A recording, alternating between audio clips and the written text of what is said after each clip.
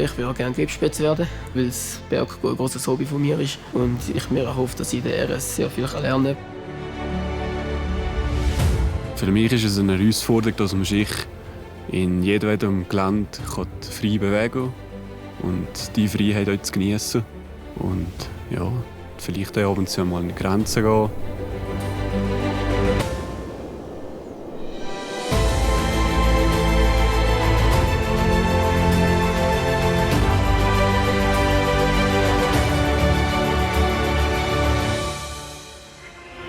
Morgen miteinander. Ich begrüße euch zur vordienstlichen Eignungsprüfung. Die Zeit läuft ab jetzt. Pour devenir spécialiste de montagne, il faut passer un examen prémilitaire. Ihr müsst Material auswählen, gesichert entlang von dem Seil aufzusteigen. Lorsqu'un candidat atteint d'excellents résultats sportifs au recrutement, il est invité à passer 2 jours de tests approfondis dans les disciplines les plus diverses. C'est là qu'il peut démontrer ce dont il est capable. Les exigences sont grandes. De nombreux candidats tentent de réussir l'examen. C'est très varié. Grimper, skier, etc. Il ne s'agit pas de trier les meilleurs sur le volet. Avec cet examen, nous voulons garantir un début réussi de l'école de recrues. Chacun doit atteindre un certain niveau de base.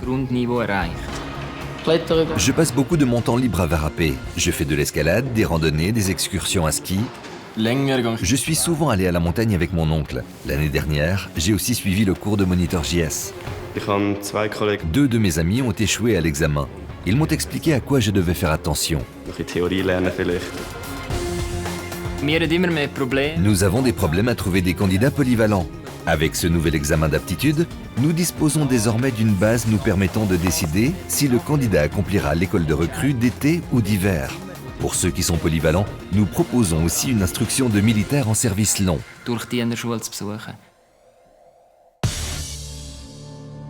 Andermatt. C'est ici, au centre de compétences du service alpin de l'armée, que sont instruits les futurs spécialistes de montagne.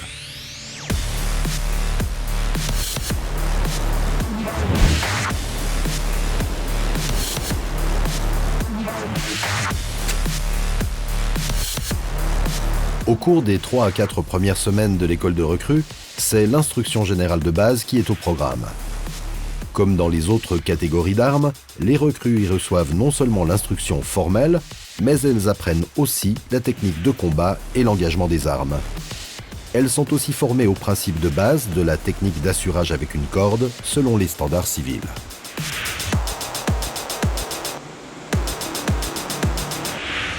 Habt ihr noch Fragen zum Ablauf? Keine? Also ausführen, Marsch!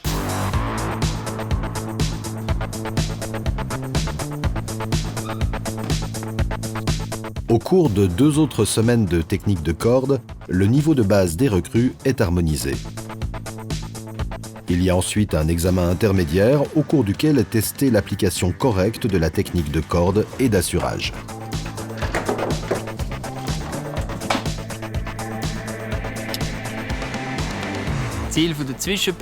L'examen intermédiaire a pour but de vérifier que les bases enseignées au cours des premières semaines ont été assimilées. Pour qu'une fois dans la montagne, chacun puisse être responsable de lui-même et de s'accorder.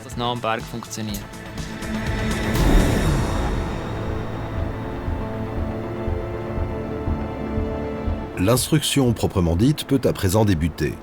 Les cadres professionnels et les guides de montagne transmettent leurs connaissances aux recrues.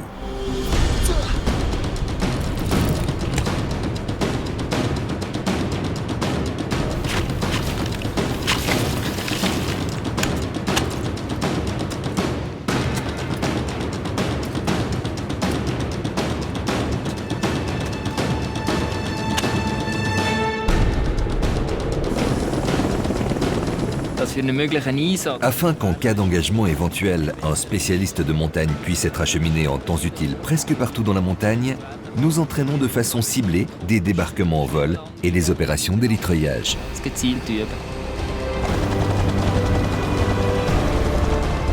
Also wir haben hier folgende Situation, ein Verletzter mit starken Schmerzen im Hüftbereich. Mais la météo n'est pas toujours clémente. Et le spécialiste de montagne doit aussi être en mesure de procéder à une opération de sauvetage sans avoir recours à l'hélicoptère.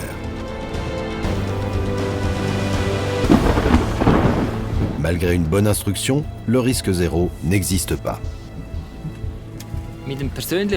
Le spécialiste de montagne apprend à déceler rapidement les dangers et à se comporter en conséquence.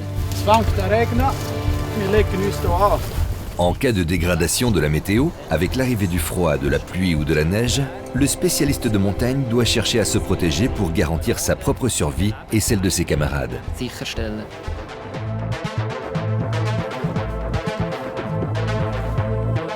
Pour pouvoir se déplacer de façon sûre, également en hiver dans des terrains difficiles, le spécialiste de montagne doit savoir étudier la neige, la structure de la couverture neigeuse et évaluer le danger d'avalanche. Nous analysons ici la couverture neigeuse. Nous apprenons aussi à lire le bulletin d'avalanche, à planifier des randonnées à ski et à déclencher artificiellement des avalanches.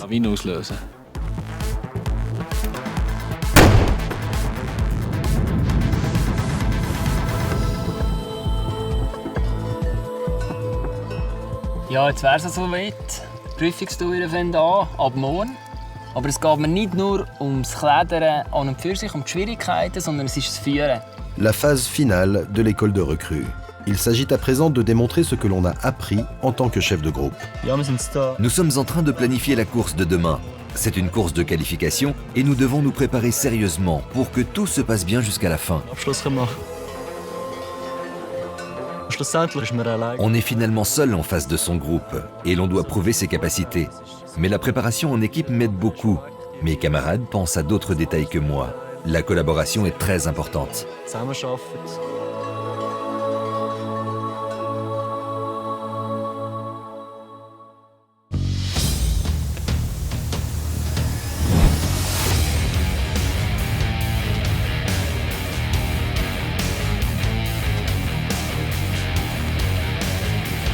À l'examen final, les futurs spécialistes de montagne sont testés dans 3 domaines. Les connaissances théoriques, le savoir-faire technique et la conduite de groupe dans des courses de qualification. Grâce à toutes ces connaissances acquises, le spécialiste de montagne est en mesure de planifier des déplacements dans des terrains difficiles, d'assurer ces terrains et de les rendre franchissables, et de conduire des troupes en milieu alpin. Ceci tout en observant et en analysant en permanence les conditions météo et les dangers de la montagne.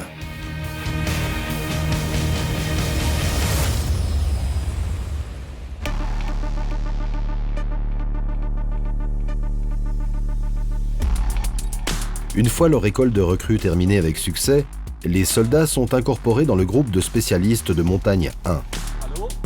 Dans le cadre d'un cours de répétition annuel, les soldats sont instruits à l'utilisation de nouveaux matériels et engagés pour l'aide à l'instruction au profit d'autres troupes. Le spécialiste de montagne a 3 domaines d'engagement.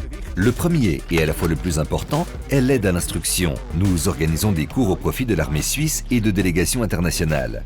Le deuxième domaine comprend le sauvetage en terrain difficile, depuis le dégagement de personnes en détresse jusqu'au soutien en cas d'avalanche ou la recherche de disparus. Le troisième domaine est quant à lui l'engagement tactique en terrain difficile, dans lequel seul un spécialiste de montagne est capable de progresser. Mais il n'y a pas que les militaires en cours de répétition qui sont engagés. En effet, le centre de compétences du service alpin de l'armée dispose d'une unité de militaires en service long afin de garantir une disponibilité permanente. Les spécialistes de montagne en service long peuvent se rendre très rapidement sur un lieu d'intervention, 24 heures sur 24 et 365 jours par an. Chez nous, pour pouvoir devenir militaire en service long, il faut impérativement connaître la technique alpine estivale et hivernale. Ici, à Andermatt, ces militaires polyvalents sont instruits avec les recrues aussi bien en été qu'en hiver. Et ils bénéficient en plus d'une instruction de spécialistes, par exemple dans le sauvetage sur des remontées mécaniques ou le travail suspendu à une corde.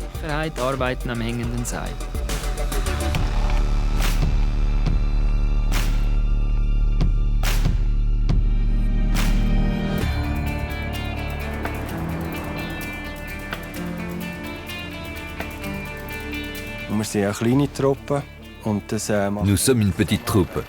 Une bonne collaboration et la camaraderie sont au centre de nos préoccupations. Et ce que j'ai pu apprendre ici à l'armée pourra me rendre service également dans ma vie civile. Ses connaissances techniques et sa polyvalence dans les engagements font du spécialiste de montagne un militaire indispensable dans l'armée suisse, que ce soit pour ses propres troupes ou au profit de tiers en Suisse et à l'étranger. Le centre de compétences du service alpin de l'armée à Andermatt existe pour assurer la pérennité dans ce domaine.